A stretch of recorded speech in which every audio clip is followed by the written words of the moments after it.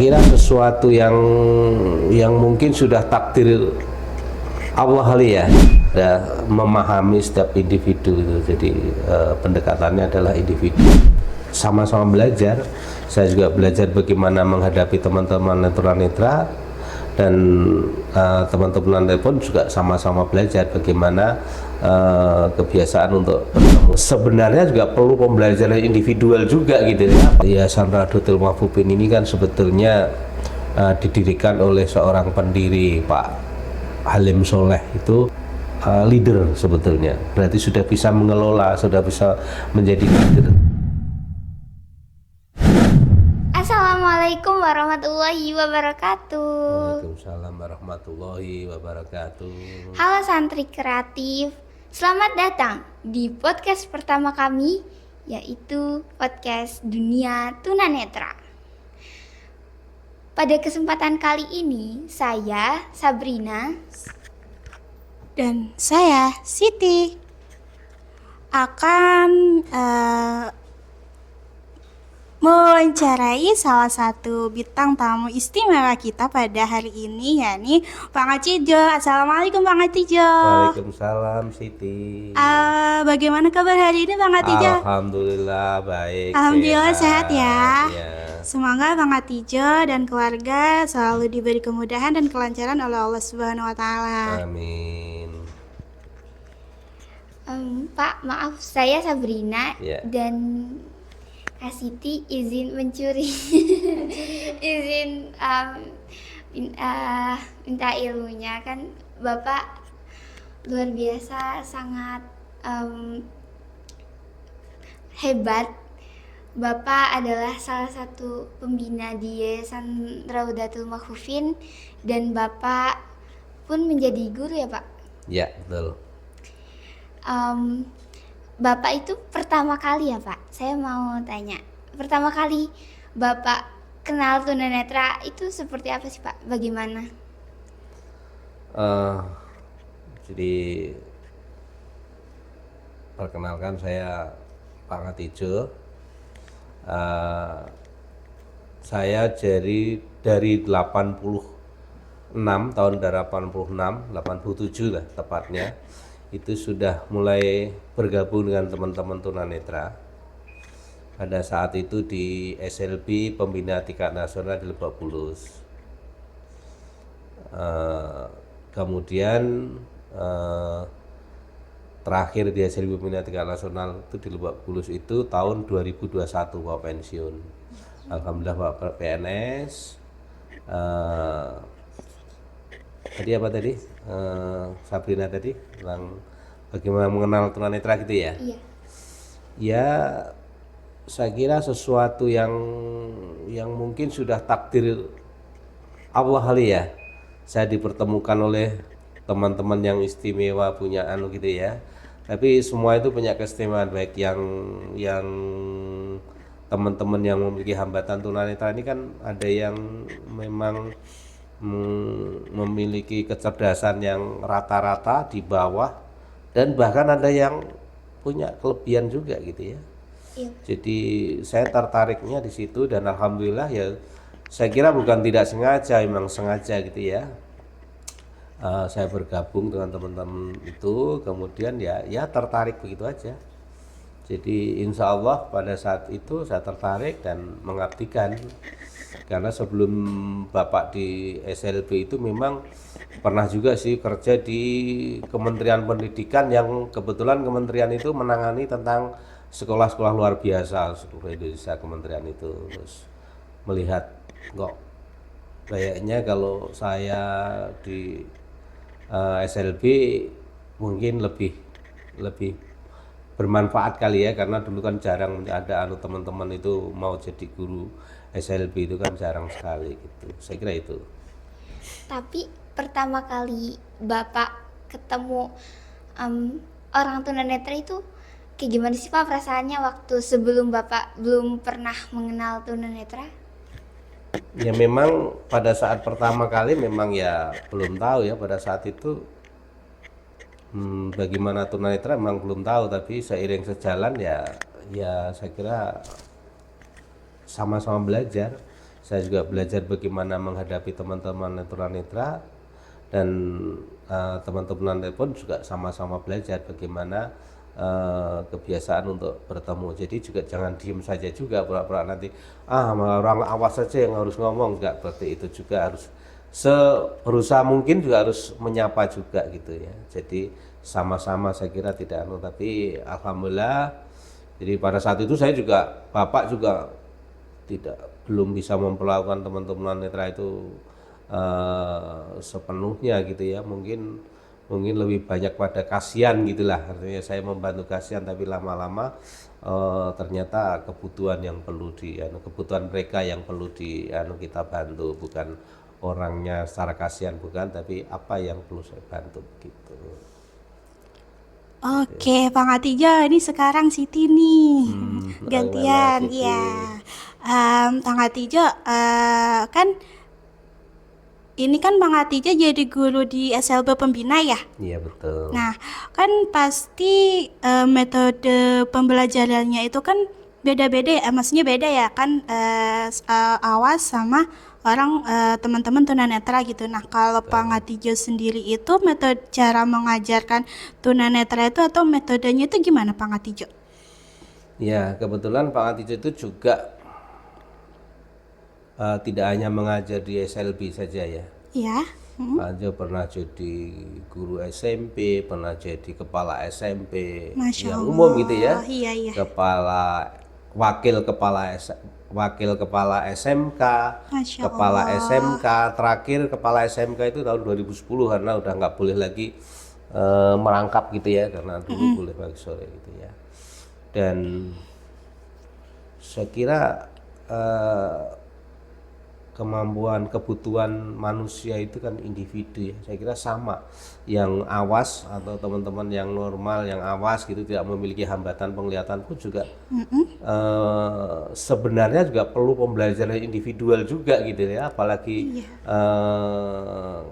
kalian teman-teman yang memiliki hambatan penglihatan itu sangat diperlukan karena kebutuhan individual. Jadi penekanannya pada kebutuhan individual. Jadi sama-sama tunanetra pun mungkin berbeda juga kemampuannya. Kelas 10 ya? Iya, Pak. Kelas 10 itu ada berapa orang? 6. 6 ya? Iya. 6 orang saya kira tidak sama, saya kira berbeda-beda juga. Nah, mungkin Bapak lebih banyak pada memahami setiap individu itu. Jadi pendekatannya adalah individu. Oh, oke, kawan-kawan, luar biasa sekali ya bintang tamu kita pada pagi hari ini. Dan Pak Ngatijo, Siti mau tanya satu lagi nih. Sebelum ini Pak Ngatijo kan kenal sama tunanetra itu, dalam memahami ini tuh ada kesulitan nggak Pak? Oh iya, ya saya kira sebuah kewajaran ya, atau setiap manusia pasti punya kesulitan lah. Itu juga banyak kesulitan juga dari teman-teman, terutama tadi. Jadi untuk memahami, kalau mau belajar itu kan harus ada assessment gitu ya. Padahal kesulitannya itu bagaimana memahami awal dari teman-teman juga gitu ya. Jadi pertama memulai awal dulu, misalnya Sabrina itu. Kemampuan Sabrina sebenarnya yang pas tuh di mana sih gitu, untuk memahami itu dulu gitu ya. Biasanya Pak aja agak yang kesulitan mungkin itu. Kalau tahu bahwa Sabrina sebetulnya udah paham ini, nah tinggal melanjutkan aja, kan tidak terlalu sulit kan. Hanya yang kalau orang awas itu menggunakan media penglihatan, kalau yang punya gangguan penglihatan yang tunanetra itu ya harus yang lain, dioptimalkan yang lain seperti itu. Jadi lebih pada itu. Nah, kegagalan seorang guru yang itu ya barangkali ya memahami awal dulu, kemampuan awal dulu. Kalau sudah paham kemampuan awalnya ya tinggal lanjut. Jadi nah, kalau awal aja belum diketahui, kemampuan teman-teman belum diketahui, tiba-tiba masuk mengajar gitu ya, itu mungkin ya nyambung tapi tidak optimal gitu. Jadi mungkin memahami awal kali ya Siti ya. Iya Pak. Apalagi kalau teman-teman tunanetranya itu yang memiliki hambatan, sudah hambatan penglihatan, hambatan intelektual lagi. Gitu itu sangat perlu sekali ke keterampilan kreativitas seorang guru untuk bisa mengajar itu seperti itu. Oke, kawan-kawan, tentunya bintang tamu pada pagi hari ini luar biasa sekali ya Pak Ngatijo pengalamannya. Dan rekan saya juga mau bertanya nih Pak Ngatijo. Oke. Pak, saya mau tanya kan, Bapak itu sudah terbiasa apa berorganisasi gitu ya Pak. Bagaimana sih Pak cara jadi leader yang baik gitu? Oh ya. Oke ya, jadi Bapak mungkin akan agak luas dikit ya, biar nyambung kebetulan kan ya. Jadi Yayasan Nahdlatul Mahfudin ini kan sebetulnya didirikan oleh seorang pendiri, Pak Halim Soleh. Itu bapaknya Ibu Ilma. Nah, ketika Pak Halim Soleh meninggal, Pak Halim Soleh dulu sahabat, almarhum Pak Halim Soleh itu adalah sahabat Bapak juga, guru di SLB Pembina juga. Pak Halim Soleh, Pak Joni gitu adalah sahabat Bapak. Nah, begitu Pak Halim Soleh meninggal, saya dipanggil oleh keluarga dan Pak Joni, seorang pendiri, untuk bergabung. Nah, itu bergabung ya alhamdulillah sampai sekarang ini. Jadi sekolah ini pun sebetulnya Bapak yang merintis, yang mengawali itu Bapak yang pertama kali itu harus kurikulumnya, harus membuat semuanya itu Bapak dulu. Jadi selain jadi SLB sana jadi wakil kepala di SLB, Bapak juga jadi kepala sekolah di sini. Begitu sudah dapat izin sekolah, izin penyelenggaraan, akreditasi, baru sudah dilanjutkan oleh Pak Ade, kepala sekolahnya. Nah, kembali pada pertanyaan tadi, bagaimana menjadi seorang leader ya. Jadi itu semua pasti perlu leader, perlu memiliki kemampuan mengelola gitu ya.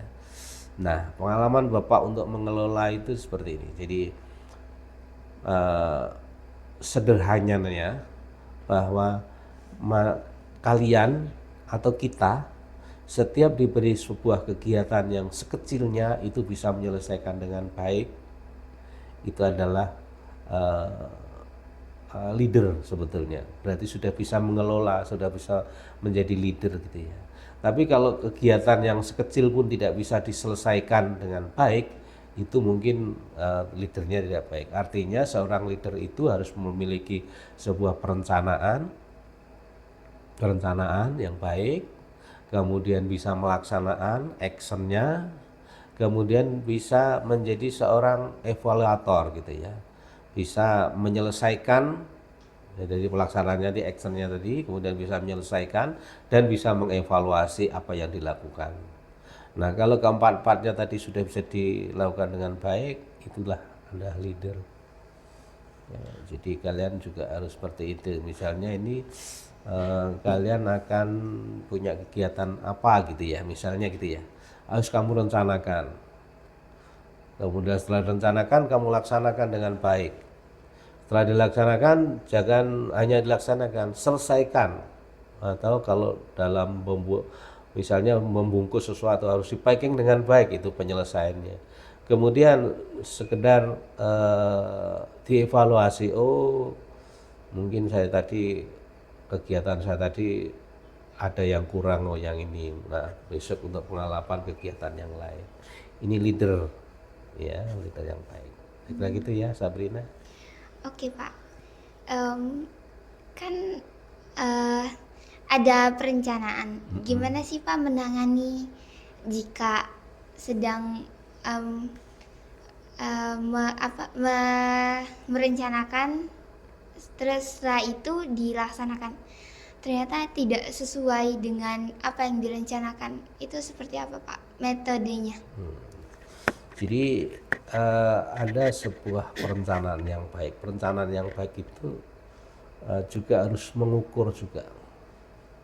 Jangan terlalu muluk-muluk. Kegiatannya jangan terlalu muluk-muluk. Artinya ya direncanakan sesuai dengan kemampuan. Kamu jangan membuat perencanaan yang lebih tinggi gitu ya. Kira-kira nanti saya mampu nggak kira-kira gitu ya. Kemudian mampu melaksanakan nggak gitu. Kemudian apa yang akan saya laksanakan ini punya faktor-faktor pendukungnya nggak gitu ya. Faktor-faktor pendukungnya tadi kira-kira bisa mendukung nggak gitu. Kan mungkin punya partner, oh partnernya juga mendukung, oh nanti sarananya juga mendukung gitu, oh nanti pasti ini bisa gitu. Kira-kira perencanaannya itu harus dipikirkan sampai itu juga. Sebenarnya ada sih ilmu perencanaannya sebenarnya ada, tapi sesederhananya adalah itu, kira-kira seperti itu. Jadi jangan memiliki angan-angan atau perencanaan yang terlalu tinggi, targetnya jangan terlalu tinggi. Kira-kira kamu bisa melakukan nggak, kira-kira seperti itu. Kemudian faktornya mendukung nggak, kira-kira seperti itu. Perencanaan yang baik seperti itu kira-kira. Oke, Masya Allah Pak, terima kasih. Gimana santri kreatif Pak Ngatijo itu sangat keren sekali dan sangat luar biasa. Saya jadi termotivasi untuk apabila saya menjadi suatu saat nanti menjadi leader, saya akan melakukan seperti yang disarankan oleh Pak Ngatijo. Kembali lagi ke Kak Siti Pak. Oke nih Pak, sebelum penutup nih Pak, Iya. apa sih motivasi Bapak tuh buat teman-teman di luar sana termasuk santri kreatif nih Pak? Tentu teman-teman santri kreatif, terus teman-teman tunanetra itu bisa menjadi bagian dari manusia-manusia Indonesia yang memiliki bermanfaat bagi orang lain. Amin. Jadi harapan yang pokok adalah sebetulnya mandiri, teman-teman itu bisa mandiri, tapi lebih dari mandiri yang terpenting adalah bagaimana setiap teman-teman tunanetra termasuk santri kreatif ini juga memiliki kemanfaatannya bagi diri sendiri dan orang lain. Saya kira tidak terlalu muluk-muluk, hanya itu sih. Oh, Masya Allah. Terakhir nih Pak, Iya. saya mau tanya, kan tadi motivasi untuk tunanetra. Sekarang saya mau menanyakan apa motivasi Bapak untuk orang-orang yang non tunanetra yang tidak mempunyai hambatan apapun untuk menyikapi untuk kepada tunanetra seperti apa sih yang sebelumnya belum kenal tunanetra gitu Pak? Jadi untuk sahabat-sahabat atau teman-teman atau orang-orang yang tentu tidak memiliki hambatan penglihatan atau diberikan oleh Allah itu tidak memiliki hambatan, yang terpenting adalah ya mohon bisa memahami juga bahwa setiap manusia itu punya keinginan. Teman-teman tunanetra juga punya keinginan, punya kemampuan. Jadi intinya adalah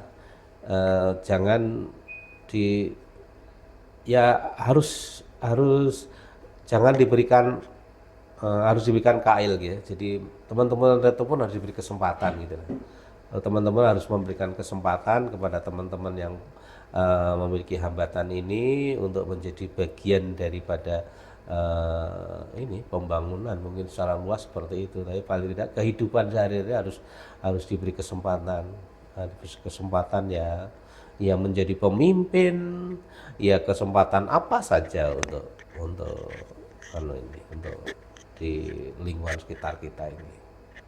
Jadi jangan mereka di nomor 2 kan gitu, jangan sampai gitu, harus sama-sama gitu ya. Jadi seperti itu. Jadi pahami juga bagaimana bisa bergaul dengan teman-teman tunanetra. Nah, memang orang-orang yang tidak tunanetra kadang-kadang yang nggak paham dengan tunanetra emang diam itu bukan karena dia tidak mau memahami, karena mereka tidak paham bagaimana bergaul dengan teman-teman tunanetra, mungkin seperti itu. Makanya tadi di awal mungkin Bapak ya sama-sama lah kalau dengar suaranya ya ditegur juga gitu, jangan menunggu ditegur gitu ya Mbak Siti ya. Jadi kalau sudah tahu aja ya jangan sampai harus saya kan nggak ngelihat masa saya suruh negur duluan gitu ya, sama-sama supaya lebih kreatif lagi gitu, seperti itu Sabrina. Oke Pak, terima kasih untuk semuanya. Iya. Dan itulah santri kreatif, pesan dan kesan dari Bang Atijo. Dan terima kasih Pak sudah menyempatkan waktunya untuk datang ke sini. Dan ini adalah podcast pertama kami Pak, maaf. Dan Bapak jangan bosan-bosan, mungkin nanti kami undang kembali untuk menjadi narasumber di podcast Dunia Tunanetra. Terima kasih kembali ya, mudah-mudahan ini menjadi keberlanjut dengan baik atau mudah-mudahan sukses gitu ya. Jadi sehingga menjadi mengenal teman-teman tunanetra itu lebih luas. Jadi jangan sama dengan podcast ini, mudah-mudahan teman-teman tunanetra bisa dikenal oleh orang-orang yang tidak tunanetra, dan kalian pun juga punya kemampuan juga sama dengan orang-orang yang bukan tunanetra. Artinya tunanetra ternyata juga bisa podcast seperti ini juga gitu ya, punya kemampuan juga gitu loh. Udah sukses ya Sabrina dan Siti ya, dan insya Allah. Oke, Bang Atijo, terima kasih atas motivasinya. Teman-teman santri kreatif, tentunya teman-teman yang di luar sana pasti termotivasi, terinspirasi, dan semoga apa yang telah Bang Atijo share kepada kami ya Pak ya, tentunya ya, kepada teman-teman yang di luar sana santri kreatif, semoga menjadi amal jariah juga ya buat Bang Atijo. Amin amin. Dan sampai di sini dulu teman-teman santri kreatif. Sampai jumpa lagi di podcast selanjutnya di podcast Dunia Tunanetra. Tiada mata tak hilang cahaya. Wassalamualaikum warahmatullahi wabarakatuh. Waalaikumsalam warahmatullahi wabarakatuh.